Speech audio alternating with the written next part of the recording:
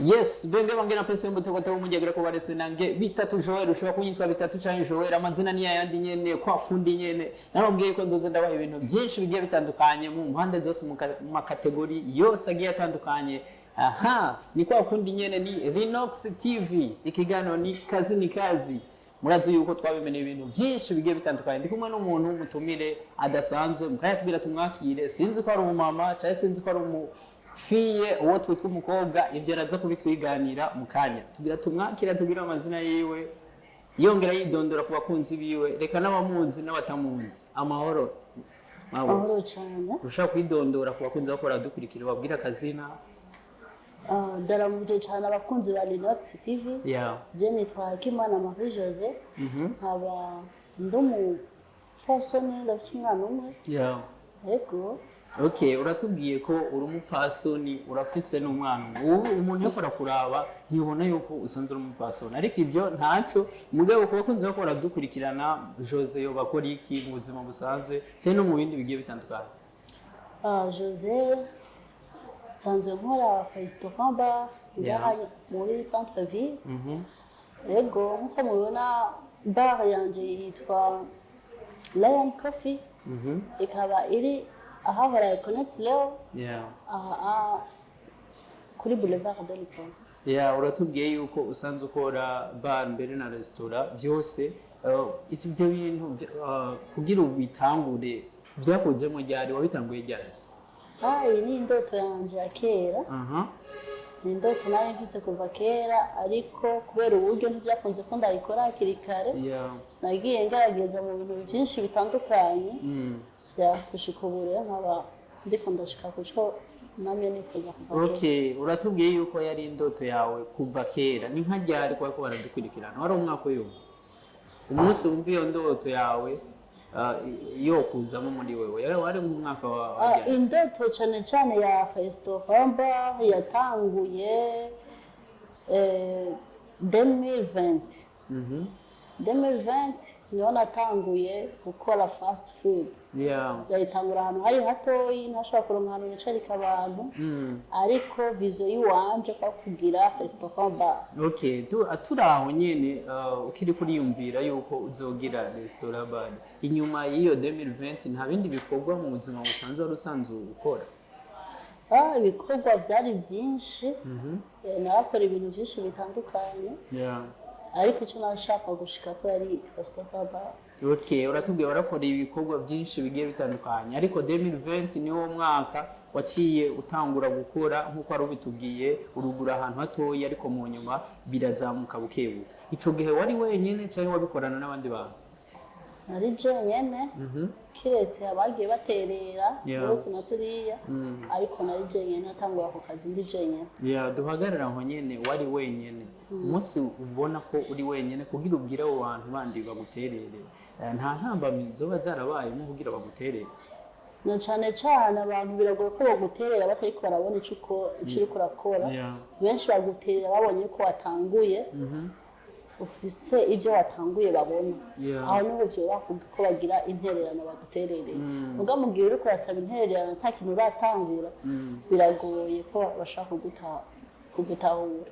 Okay, kugira dutahuze abantu bako baradukurikirana turakunze kubona nk'ugwaruka bakobwa bonashaka n'abamama niba kuzosanga binjira muri business bakarinda bakavuga ati jewe reka ninjire muri business nkore benshi bama bategemeya situ nk'abagabo babo cyangwa abandi bagiye batandukanye bashobora kubafasha ariko ku muntu ariko aradukurikirana ashobora kuba afise ubwoba bwo gukora business kwa benshi ari gihe bajyama muhira barindire nk'amahera ava ku bagabo babo abandi b'abakobwa bakarindira bazobafasha bakaguma basabasaba ariko wewe ubwo buntu bwo gusabasaba ntabwo wigeze novuga ugirirwa wewe wararinze uravuga ati reka ninjire muri business nk'umuntu akora dukurikirana kugira nabo bakura amaboko mu mpunzu bakore nakaye kajambo wose n'ubabwira cyangwa akabanga wo bibira nkuko wewe uba warabitanguye.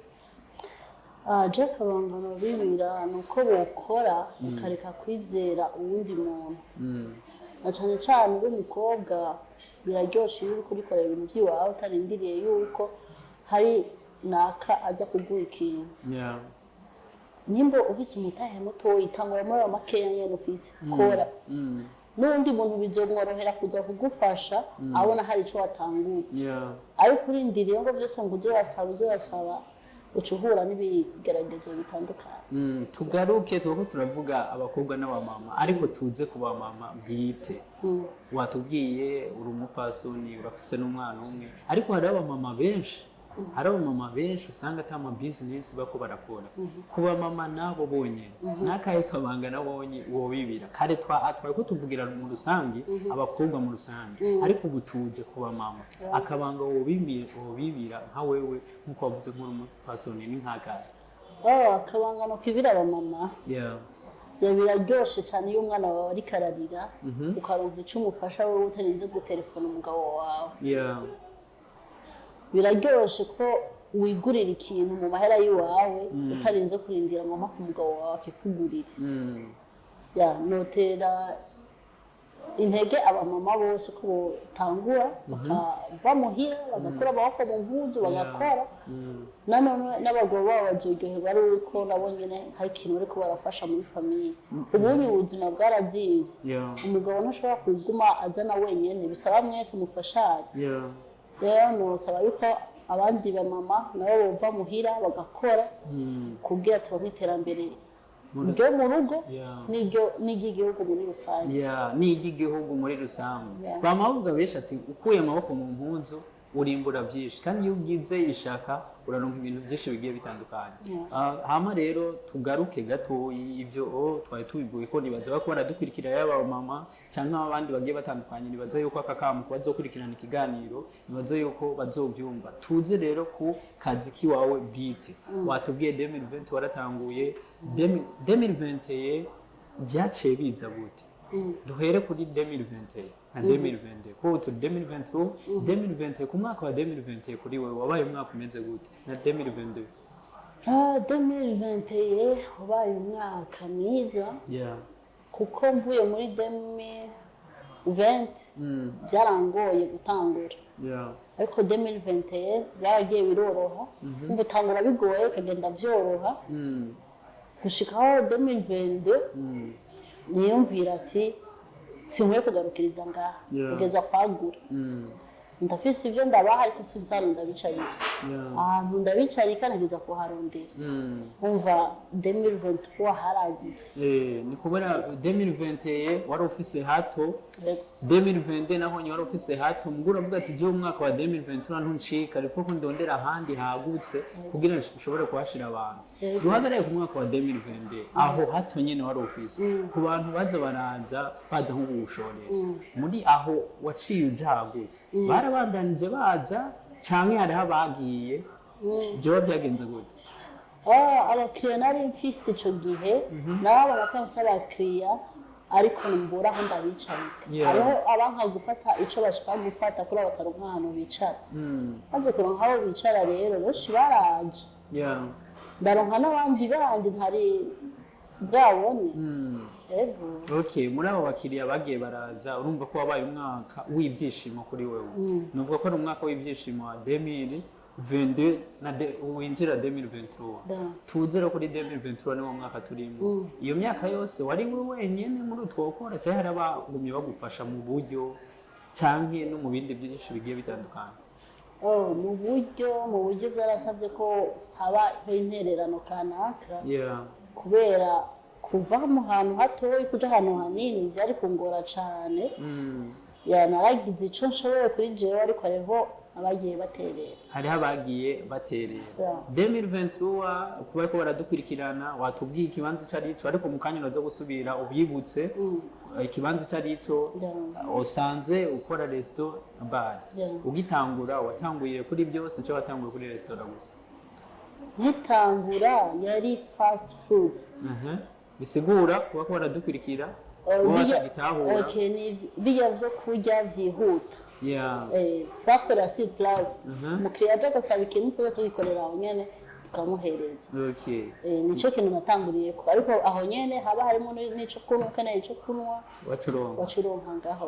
Okay, tuze rero mu mwaka wa 2023 ibintu waraguye akarere harabaye hanini tuko turahabona. Kuri wewe umwaka wa 2023 nk'ibintu woba warongereje ni nk'ibi? 2023 natanguye hariho petit déjeuner, hariho buffet na restaurant bar ibandara. Yego. Okay, uratubwiye ko ibyo byose bihari nk'abantu ava ubwa mbere byagenze gute kugira ukigire nka system yo kugira nk'abakiri bagwiza? Ubwitangura biba bigoye, ariko kuma habona agenda abwira abandi. Yego. Okay, turi mu mwaka wa 2023 watwigana ibintu byinshi bigiye bitandukanye. Umwaka wa 2023 kuri wewe muri business yawe uri ko utegura iki canke aho wibona hameze gute? 2023 nifuza kuronka handi hagutse kugira ashobore kwakira abantu benshi basumba bona Yarafise kamera. Wifuza ahantu hagutse kugira wakire abantu benshi bagiye batandukanye. Mu myaka 3 canke 5 wibona he? Ahantu kure cyane. Ahantu kure cyane ni kuvuga? Ndiko ndabona afise bar Bujumbura yose avuga ati kwanaka. Kwanaka. Restaurant abantu bose bavuga ati ijya restaurant. Ni kwanaka. Yego. Okay, bakunzi bacu murumva yuko ariko aratuganiriza ibintu byinshi bigiye bitandukanye. Ni umumama nkuko yabitubwiye, ntabyo twatuze ariko benshi mwabimenye nkuko yabitubwiye. Ni byinshi ariko aratubwira ko mama muri ko muradukurikirana cyane n'ugwaruka rugiye bitandukanye. Murumva impanuro nyinshi ariko aratubwira. Ni impanuro wotekerera abantu bado ko baradukurikirana ni nkiyi? Jine impanuro no batekerera nuko bokura amaboko mu mpuzu bagakora, byose biva mu maboko. Bagakura amaboko mu mpuzu bagakora. Okay, merci beaucoup. Hama ushimire TV yacu. Wongera uyibwira n'utundi tuntu nico hari ico tuba twibagiye. Okay, ushimira abakunzi bacu hama mu nyuma nico ushobora kugira gusaba abantu bakora dukurikirana canke abakiriya bawe bazokiraba. Ndashimiye cyane Nox TV yatugendeye. Hama nkaba ntumiye namwe muze mushike ngaha kuri Lion Coffee iri ngaha muri Centre Ville ex Econet Leo. Yego, ndifuza mwese kubabona mwahashitse. Okay, murabona ko ari umama mwiza cyane. Hama mu nyuma twako turababwira yuko ni byinshi twama turategura Linox TV, Linox Music Company twama dutegura ibintu byinshi bigiye bitandukanye, ariko nkuko twosezera mu kanya gatoyi tumusaba abasezere kandi. Ndabasezeye cyane. Okay, amazina ni kwa kundi nyene ni bitatu Joel kuri kamera turi kumwe na Eva. Twama tuzoguma tubaye ibintu byinshi bigiye bitandukanye nkuko twama tubabwira. Kategori zose zigiye zitandukanye hama mu nyuma mu wade kugira like share ko na sabone byose tuguma tuvuga ati boom.